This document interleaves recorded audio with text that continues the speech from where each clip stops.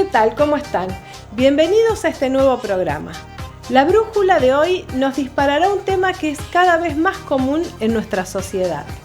Las nuevas generaciones de jóvenes tienen como casa común el mundo.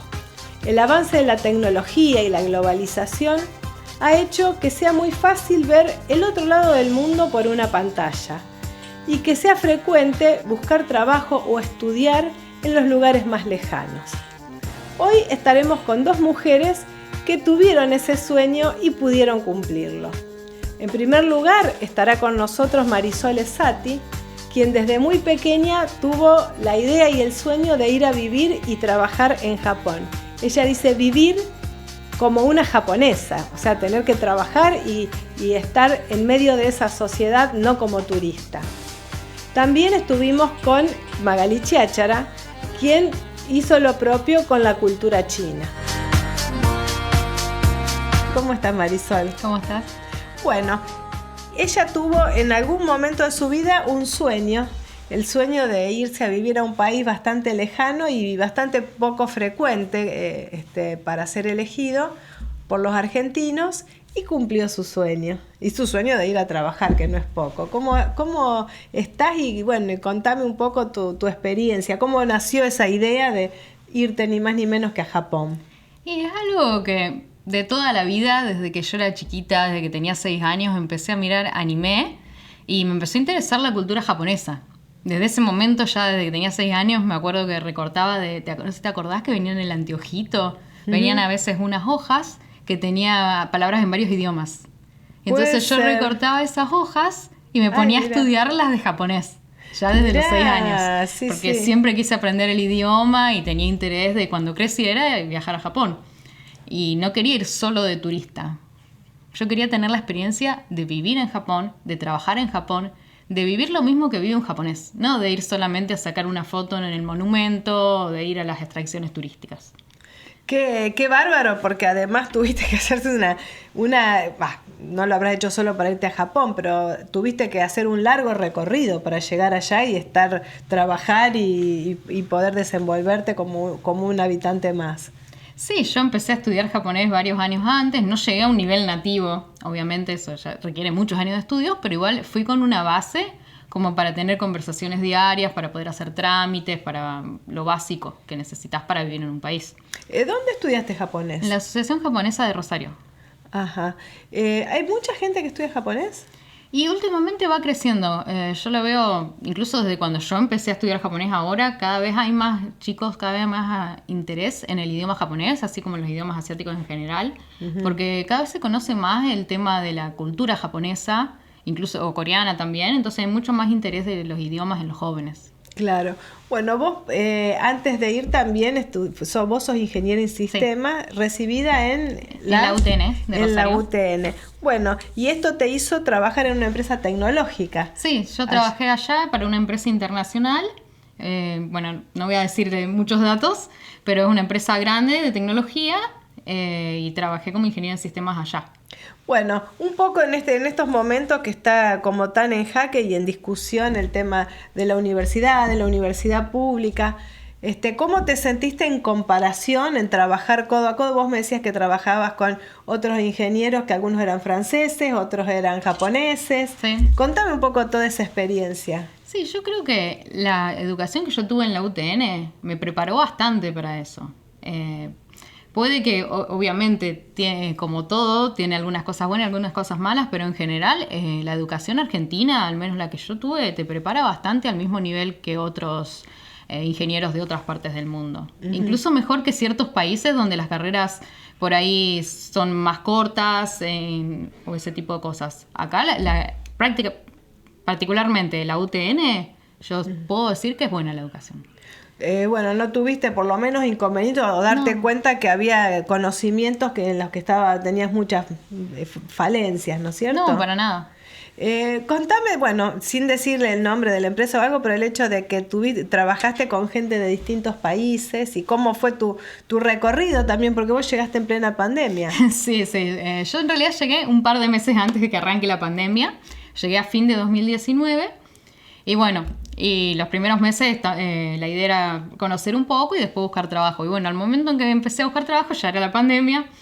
Y ahí pasó que, bueno, hice una entrevista, quedé en esta empresa y me dicen, bueno, nosotros trabajamos presencial, pero los primeros 2 meses vamos a trabajar remoto por el tema este del virus que anda dando vueltas. Y los 2 meses se convirtieron en 3 años y terminé trabajando remoto casi 3 años y después pasamos directamente al sistema híbrido, que eran 3 días desde casa y 2 días presencial.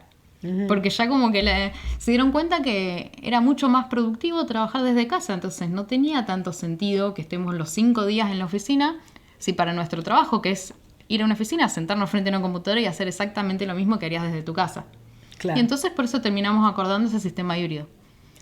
Bueno, sí, decime. No, te iba a decir que creo que junta lo bueno de los dos modelos. Porque por un lado trabajás en tu casa, que es más productivo porque no perdés tiempo de viaje, estás más descansado.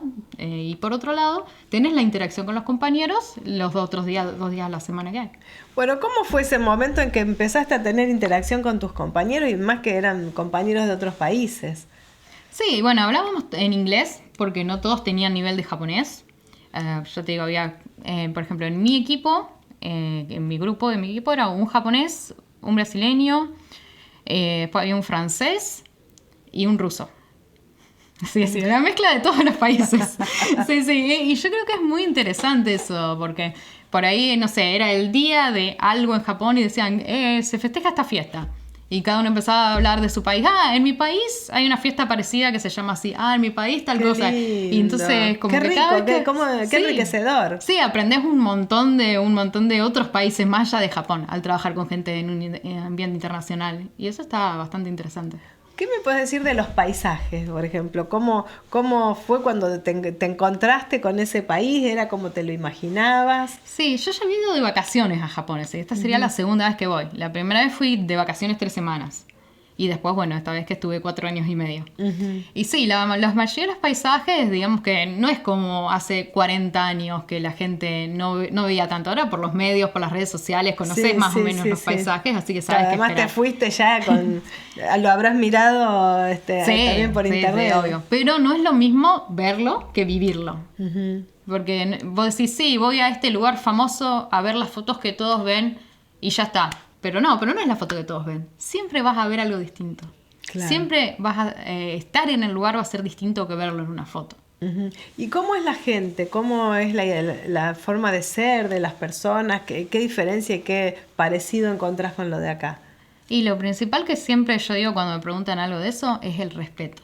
Allá el respeto a la otra persona es lo principal. En la calle, en todo ese tipo de cosas, la gente como que lo primero que hace es respetar al otro. Y te va a tratar amablemente.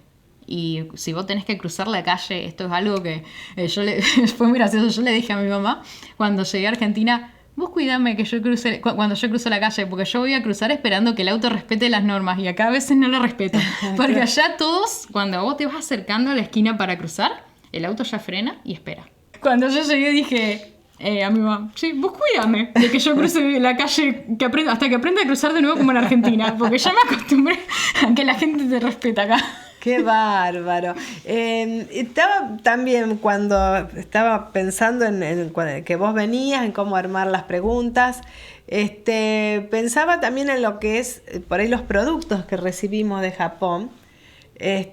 Y bueno, pensaba en lo que es, por ejemplo, los productos chinos que generalmente es como sinónimo de que tienen menos garantía que de otros lados. No garantía, pero son más económicos o son más masivos, no sé. Pero generalmente los productos japoneses son como de excelencia. Vos con una moto, o sea, una Honda japonesa y una Honda, qué sé yo, norteamericana, la japonesa, la principal, digamos. Los autos japoneses son como una garantía de buena calidad. ¿Tiene que ver eso con la idiosincrasia de las personas japonesas, del japonés? Sí, yo creo que definitivamente sí, tiene que ver un poco con el honor. Con que para los japoneses el honor significa mucho, la palabra significa mucho. Hacer un contrato de palabra en Japón significa un montón. Acá, por ahí, si no está escrito no vale, pero para ellos quedar mal, decir algo que no es algo bastante grave. Entonces, ponérsele su nombre a un producto y que el producto resulte malo es una falla a su honor. Que eso es algo que viene de la época de los samuráis, Claro. de la antigüedad. Y bueno, y eso sigue presente en la cultura japonesa. Claro. Me decías también que, o sea, por ahí lo que ellos fabrican específicamente, por ahí es tecnología y otras cosas, y por ahí la parte alimenticia es generalmente importado. Sí, es todo al revés que acá. Que acá vos, cuando pensás en productos importados, pensás en un celular. En cambio, ya cuando vos pensás en voy a comprar un producto importado, estás pensando en las naranjas, por ejemplo. Mirá vos. Las naranjas, yo iba al supermercado a comprar naranjas y eran naranjas de Australia. Y una cosa interesante es que la mayoría de la miel, si vos ibas al supermercado a comprar un tarrito de miel y lo das vuelta y te pones a leer, dice que viene de Argentina. Ah, mira vos, bueno, se ve que han encontrado el nicho de exportación los paisanos nuestros Sí. para mandarle la miel a los japoneses. ¿Cuál es la principal base de alimentación? ¿Cómo son las comidas allá? Y allá principalmente se come el arroz. La comida tradicional es arroz con algún pescado y algún acompañamiento de verduras. En mi caso soy vegetariana, así que yo no comía eso. Pero bueno, el arroz sí, mayormente arroz y bueno, y tofu, que es el caso de la comida vegetariana más tradicional. Y ese tipo, más productos de mar siempre. Se consume bastantes algas, se consume bastante tofu. Acá extraño el tofu, las algas, que acá no se consigue tanto. Claro. Bueno, ¿cuáles son las principales problemáticas que tienen? Por ejemplo, vos me decías sobre el envejecimiento de la población. Bueno, es una de las cosas. Sí, este es un problema bastante importante que está pasando en Japón, que es algo que va a pasar en todos los países del mundo. Porque mientras más educación tiene una población, elige tener menos hijos, porque tienen más posibilidades de elegir. Es algo que se sabe que pasa. Y bueno, en Japón, en el caso de Japón, lo que pasa también es que no tienen tantos inmigrantes como en otros países.